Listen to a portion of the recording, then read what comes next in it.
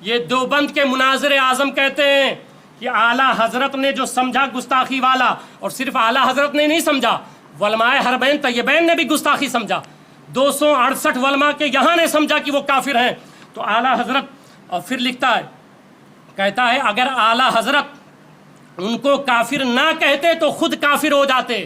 اب بتائیں اعلیٰ حضرت کی غلطی کیا ہے؟ اعلیٰ حضرت نے کافر بنایا نہیں ہے، کفر بتایا ہے۔ اگر وہ نہ بتاتے تو خود دیوبندی مناظر کہتا ہے اعلیٰ حضرت خود کافر ہو جاتے۔